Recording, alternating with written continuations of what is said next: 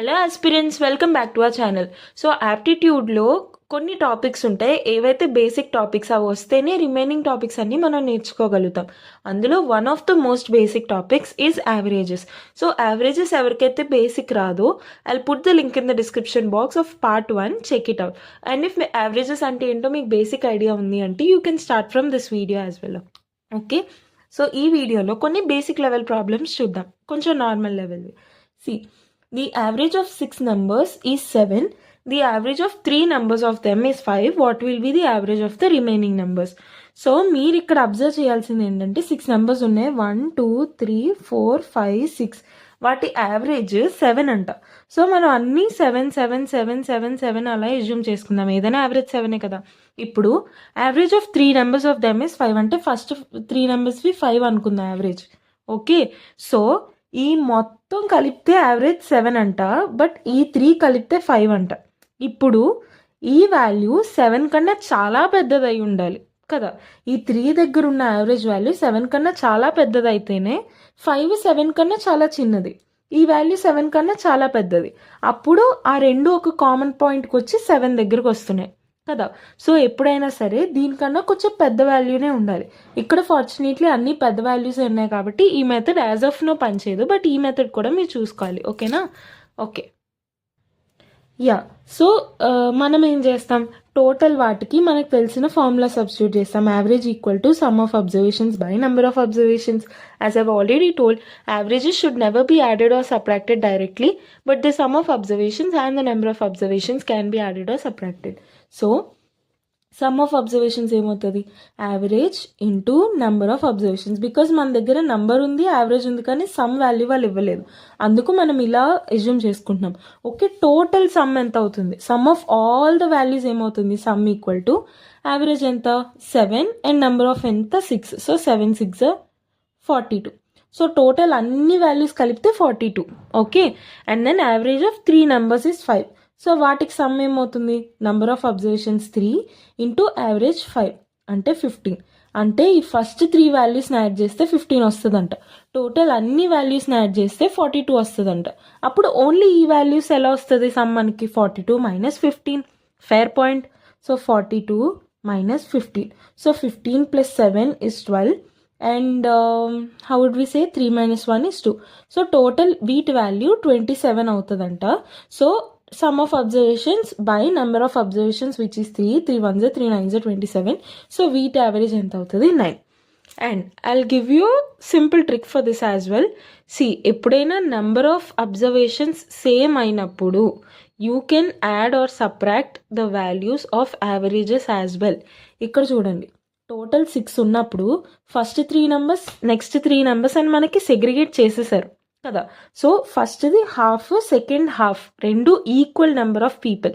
So అప్పుడు you can deal with sum and subtraction of averages. ఎలా అంటే ఇది 5, ఓకే, దీని యావరేజ్ 5, నెక్స్ట్ వాల్యూ 9 మనకు తెలీదు, కానీ మిడిల్ వాల్యూ 7 మనకు తెలుసు.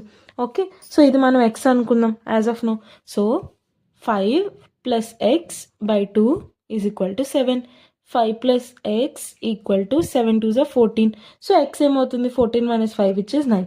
నెంబర్ ఆఫ్ అబ్జర్వేషన్స్ ఈక్వల్ అయినప్పుడు మీరు యావరేజెస్తో ఇలాంటి ఆపరేషన్స్ డైరెక్ట్గా చేసేయచ్చు. కానీ నెంబర్ ఆఫ్ అబ్జర్వేషన్స్ ఈక్వల్ కాలేనప్పుడు, మొత్తంలో ఈక్వల్ కాలేనప్పుడు, అంటే హాఫ్ హాఫ్ అవ్వలేనప్పుడు you should never add or subtract averages directly. ఇన్నిసార్లు ఎందుకు చెప్తున్నా అంటే ఇలాంటి వాటిలోనే చాలా మిస్టేక్స్ అవుతూ ఉంటాయి మనకి. ఓకేనా? సో ఎప్పుడైనా sum of observations and number of అబ్జర్వేషన్స్తోనే ఆపరేషన్స్ చేయండి, కానీ యావరేజెస్తో ఎప్పుడు డైరెక్ట్గా సాల్వ్ చేయొద్దు. Okay, fine. The average of 12 numbers is 15 and the average of first 2 is 14. What is the average of rest? ఇక్కడ మీరు ఒక చిన్న ట్రిక్ అబ్జర్వ్ చేయొచ్చు. సి, ఫస్ట్ ఆల్ ద 12 వాల్యూస్కి యావరేజ్ 15 అన్నప్పుడు మనం అన్ని వాల్యూస్ 15 15 15 15 అలా ఎజ్యూమ్ చేసుకుంటూ వెళ్ళొచ్చు కదా. ఏదైనా యావరేజ్ 15 అవుతుంది. I'm assuming, we're just assuming. Okay, and the average of first 2 numbers is 14. First 2 నెంబర్స్కి యావరేజ్ 14 అంట. సో ఆ వాల్యూస్ 14 14 అయి ఉండొచ్చు. Okay, so total average 15, first 2 వాల్యూస్కి మాత్రమే 14. సో దీన్ని బట్టి మీకు ఏమర్థమైంది, యావరేజ్ పాయింట్ 15, దీనికన్నా ఈ వాల్యూస్ కొంచెం తక్కువ ఉన్నాయి. సో తర్వాత వచ్చే వాల్యూస్ అన్నీ దీనికన్నా అఫ్కోర్స్ ఎక్కువ అవ్వ ఉండాలి కదా. దీనికన్నా ఎక్కువ అయితేనే ఇది రెడ్యూస్ అయినందుకు ఆ ఎక్కువైన బ్యాలెన్స్ అయ్యి ఈక్వేటర్ పాయింట్కి వచ్చి 15కి సెటిల్ అవుతాయి. అర్థమవుతుంది. I hope your understanding. So అందుకు ఇక్కడ రిమైనింగ్ వాటికి యావరేజ్ ఏదైతే ఉందో అది ఖచ్చితంగా 15 కన్నా పెద్ద వాల్యూ అయి ఉండాలి. 15 కూడా అవ్వకూడదు, ఎందుకంటే మిడిల్ పాయింట్ అంటే యావరేజ్ పాయింట్ 15 వాళ్ళు ఇచ్చినట్టు. ఓకే, యావరేజ్ పాయింట్ 15, ఇవన్నీ కూడా 15 అన్నప్పుడు టోటల్ యావరేజ్ ఏమవుతుంది, 15 కన్నా కొంచెం తగ్గిపోద్ది బికాస్ ఆఫ్ దీస్ 2 వాల్యూస్. చిన్న డెసిమల్ తగ్గినా తగ్గినట్టే కదా. ఓకే, సో అదే ఈ వాల్యూ 15 కన్నా కొంచెం ఎక్కువ ఉందనుకో, ఇవి కొంచెం తక్కువ ఉన్నాయి. సో ఇది కొంచెం ఈ ఎక్కువ ఉన్న వాల్యూ వల్ల కొంచెం ఇది రైజ్ అవుద్ది, ఇది తక్కువ ఉండడం వల్ల ఈ వాల్యూ కొంచెం రెడ్యూస్ అవుద్ది. అలా ఈక్వేటర్ పాయింట్కి వచ్చి 15 దగ్గర సెటిల్ అవుతాయి. That is the main point here. And ఇక్కడ మీరు ఇందాక చేసినట్టు డైరెక్ట్గా ఇది ప్లస్ ఇది బై 2 చేస్తే ఇది అలా ఎందుకు చేయలేదు అంటే, ఇందాకంటే 6 3 కింద స్ప్లిట్ అయింది, కానీ ఇక్కడ 12 అనేది 6 కింద స్ప్లిట్ అవ్వలేదు. 12 అనేది 2 and 10 కింద స్ప్లిట్ అయింది. సో నెంబర్ ఆఫ్ అబ్జర్వేషన్స్ ఈక్వల్గా లేదు. అందుకని మనం డైరెక్ట్గా a+b/2 = 15 అన్నట్టు మనం మెన్షన్ చేయలేము. Okay, I hope you're getting this. So ఈ వాల్యూస్ 15 కన్నా పెద్దగా ఉండాలి కాబట్టి ఇక్కడ 15 కన్నా పెద్ద వాల్యూస్ ఏమైనా ఇది ఒకటే ఉంది కాబట్టి this will be the answer. Clear? Or else direct మెథడ్లో కూడా చూద్దాం. టోటల్ వాటికి as we already mentioned average equal to some of observations by number of observations and some of observations is equal to average into number. So total sum ఎంత అవుతుంది, average 12 × 15. 12 × 15 which is 180. Okay, so total sum ఎంత అవుతుంది, 180. Okay, అందులో ఈ 2 వాల్యూస్కి some of observations ఏంటి, 14 2s are 28 కదా. So 28. ఇప్పుడు ఈ రిమైనింగ్ వాటన్నిటికీ సమ్ ఏమవుతుంది, టోటల్ 180 సబ్ట్రాక్టెడ్ బై దీస్ 2 28 చేస్తే ఈ రిమైనింగ్ వాల్యూస్ వస్తాయి కదా. Okay, so 180 - 28 which is 152. Done.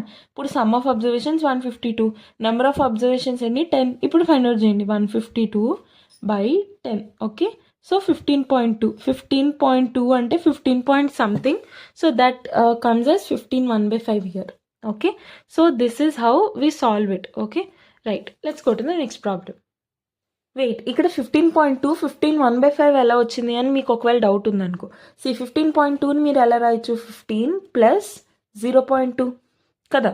0.2ని మీరు ఎలా రాయొచ్చు, 2/10 కదా. So 2 1s are 2 5s are. So 15 + 1/5 which is 15 1/5. This will be the answer. Okay, for those who don't know ఈ డెసిమల్ని ఇలా కన్వర్ట్ చేయాలని, బికాస్ ఇక్కడ అంటే 15 1/5 ఒకటే ఆప్షన్ ఉంది, బట్ 15 1/3 15 2/6 2/5 సంథింగ్ అలా ఉంటే ప్రాబ్లం కదా, అందుకు I'm telling. Okay, next problem. Right, this is actually a little bit of tricky problem. See, the average of 27 numbers is 0. Out of them, how many may be greater than 0? The most. See, ఇక్కడ total 27. ఇది మీరు averages ఎలా మీరు assume చేసుకుంటారంటే, మనకి చిన్నప్పుడు తూకం వేసేవారు గుర్తుందా, లైక్ వెయింగ్ మిషన్ ఉంటుంది, ఒక వెయింగ్ మిషన్ ఇలా ఉంటుంది. ఇక్కడ మీరు ఫర్ ఎగ్జాంపుల్ 100 గ్రామ్ 1 kgకి వెయి చేద్దాం అనుకుంటున్నారు అనుకో, ఇక్కడ మీరు 1 kg కన్నా ఎక్కువ వెయిట్ పెట్టారనుకో, ఈ వాల్యూ కిందకు వచ్చేస్తుంది, ఈ వాల్యూ పైకి వెళ్ళిపోద్ది. ఓకే, అదే మీరు ఇక్కడ 1 kg కన్నా తక్కువ పెట్టారనుకో, ఈ 1 kg కిందకు వచ్చేస్తుంది. సో ఆ రెండింటిని బ్యాలెన్స్ చేయడానికి మీరు 1 kg ఈక్వల్గా పెట్టాల్సి వస్తుంది. See, the same happens with averages as well. Averages ఏంటంటే ఒకటి హయ్యర్ పాయింట్ ఉంటుంది, ఒకటి లోవర్ పాయింట్ ఉంటుంది. మీరు ఒక ఈక్వేటర్ పాయింట్కి సెటిల్ అవ్వాలి. సో ఈ ఈక్వేటర్ పాయింట్కి సెటిల్ అవ్వాలంటే ఇది కొంచెం తగ్గినప్పుడు ఇది కొంచెం పెంచాలి. ఓకే, సో అలాగా రెండు ఈక్వేటర్ పాయింట్కి సెటిల్ అవుతూ ఉంటుంది ఫైనల్గా వచ్చినప్పుడు. ఓకే, సింపుల్గా మీకు ఇంకా సింపుల్గా కావాలి అనుకుంటే మీరు ఒక రెస్టారెంట్కి వెళ్ళి 100 రూపీస్ స్పెండ్ చేయాలి ఒక రెస్టారెంట్లో. ఓకే, మీ ఫ్రెండ్ దగ్గర 50 రూపీస్ మాత్రమే ఉన్నాయి, ఇది యావరేజ్ పాయింట్. 100 రూపీస్ మీరు స్పెండ్ చేయాలి, ఒకరి దగ్గర ఉండాల్సిన దానికన్నా తక్కువ ఉన్నాయి. సో ఈ పాయింట్కి మీరు రావాలంటే అవతల వాళ్ళ దగ్గర ఉండాల్సిన దానికన్నా ఎక్కువ ఉండాలి కదా. ఓకే, సో అవతల వాళ్ళ దగ్గర ఏంటంటే వాళ్ళు స్పెండ్ చేయాల్సిన 100 ప్లస్ మీకోసం కూడా ఇవ్వగలిగే 50 రూపీస్ ఎక్స్ట్రా ఉండాలి. సో అతని దగ్గర 150 రూపీస్ ఉండాలి. అప్పుడే కదా ఇద్దరు కలిసి 150 50 కలిపి 200 200 డివైడెడ్ బై 2, ఎందుకంటే ఇద్దరు ఉన్నారు కాబట్టి 100. సో యావరేజ్ పాయింట్ 100కి వచ్చి సెటిల్ అవుద్ది. యావరేజ్ పాయింట్ అంటే ఈచ్ పర్సన్కి అవుతున్న కాస్ట్ అనమాట. ఓకే, సో అలా, సో ఒకరికి రెడ్యూస్ అవుతుందంటే ఇంకొకరి ఖచ్చితంగా ఇంక్రీజ్ అవ్వాలి. సేమ్ వేలో యావరేజ్ ఆఫ్ 27 నెంబర్స్ ఈ 0 అంటే 0 పాయింట్ యావరేజ్ అంట. సో కొన్ని నెగిటివ్ నెంబర్స్ ఉన్నాయి, కొన్ని పాజిటివ్ నెంబర్స్ ఖచ్చితంగా ఉన్నాయి. ఓకే, అందుకే కదా యావరేజ్ 0 అవుతుంది, మిడిల్ పాయింట్ 0 అవుతుంది. ఓకే, సో 27 నెంబర్స్కి యావరేజ్ 0 అయినప్పుడు పాజిటివ్ వాల్యూస్ ఎన్నైనా ఉండొచ్చు, ఏవైనా అవ్వచ్చు, నెగిటివ్ వాల్యూస్ ఏమైనా అవ్వచ్చు, బికాస్ కంటిన్యూస్ అని ఇవ్వలేదు. 1, 3, 7, 24, 30 ఇలా ఏమైనా వాల్యూస్ ఉండొచ్చు, -1, -4, -30 ఇలా ఏమైనా వాల్యూస్ ఉండొచ్చు. అలా 27 నెంబర్స్కి ఏదైనా వాల్యూస్ ఉండొచ్చు, లేదా అన్ని జీరోస్ అయినా అయి ఉండొచ్చు. ఓకే, ఎలా అయినా అవ్వచ్చు. లేదంటే ఇక్కడ -5 ఇక్కడ +5, ఇక్కడ -5, రిమైనింగ్ అన్నీ 0 అవ్వచ్చు. ఏదైనా యావరేజ్ 0 వస్తుంది. ఓకే, సో అలా ఎన్ని పాసిబుల్ వేస్ అయినా అవ్వచ్చు. కానీ మోస్ట్లీ పాజిటివ్ వాల్యూస్ ఎన్ని ఉండొచ్చు అని మనకు అడుగుతున్నారు. ఇక్కడే చాలామంది మిస్టేక్ ఏం చేస్తారంటే 27/2 చేస్తారు. బికాజ్ 0 అన్నారు కదా, సో +15, -15, అదే +13, -13 మధ్యలో ఒక వాల్యూ 0 ఉంటుంది. సో పాజిటివ్ అన్నారు కాబట్టి ఇక్కడ 13 వాల్యూస్ ఉండుంటాయి పాజిటివ్. 13 ఆప్షన్లో లేదు అంటే నాది రాంగ్ అయిపోయింది, లేదా అన్ని జీరోస్ అయి ఉండొచ్చు, సో 0 అని పెట్టేయచ్చు అని కూడా మీరు అనుకోవచ్చు. బట్ మీరు అబ్జర్వ్ చేస్తే ఇన్ని మంచి క్వాలిటీస్ ఉన్నా సరే ఒక్క నెగిటివ్ క్వాలిటీ ఉంటే చాలు మొత్తం పోతుంది, అంతే కదా. సేమ్ అంతే. ఇప్పుడు 1, 2, 3, 4 సంథింగ్ అలా 26 నెంబర్స్ ఉన్నాయనుకో. ఓకే, ఇవన్నిటికీ సమ్ చేస్తే మీకు ఫర్ ఎగ్జాంపుల్ 500 వచ్చింది అనుకుందాం. ఫర్ ఎగ్జాంపుల్ పాజిటివ్ వాల్యూస్ అన్ని. నెగిటివ్ వాల్యూ -500, ఒక వాల్యూ ఉందనుకో నెగిటివ్ వాల్యూ. మొత్తం +500 -500 ఎంత? 0. ఓకే, 0/27 నెంబర్స్ 0 అయిపోయింది కదా. ఓకే, సేమ్ అంతే. సో పాజిటివ్ వాల్యూస్ ఎన్నైనా ఉండి వాటికి ఈక్వలెంట్గా ఒక నెగిటివ్ వాల్యూ ఉండి 0 అయిపోవచ్చు. ఓకే, సో అందుకు మ్యాక్సిమం ఎన్ని పాజిటివ్ నెంబర్స్ ఉండొచ్చు? 26 పాజిటివ్ నెంబర్స్ ఉండొచ్చు. ఓకే, సో అందుకు 26 will be the answer. Okay, 27 positive అయ్యే ఛాన్స్ లేదు, బికాజ్ అన్ని పాజిటివ్ అయితే యావరేజ్ సంథింగ్ ఇక్కడ ఎక్కడో ఉంటుంది, కానీ 0 వెనక్కి రాదు కదా average point. I hope you are getting this. Okay, let's go to the next problem. మీకు అర్థం కాలేదంటే please let me know in the comment section. I'll definitely help you with that. Okay, fine. The average of 6 observations is 45.5. If one new observation is added to the previous observations, then the new average becomes 47. The new observation is, ఇందాక మనం discuss చేసుకున్నట్టే first 6 observations ఉన్నాయి. 1, 2, 3, 4, 5, 6. Those are 45.5, 45.5, blah blah blah blah blah 45.5.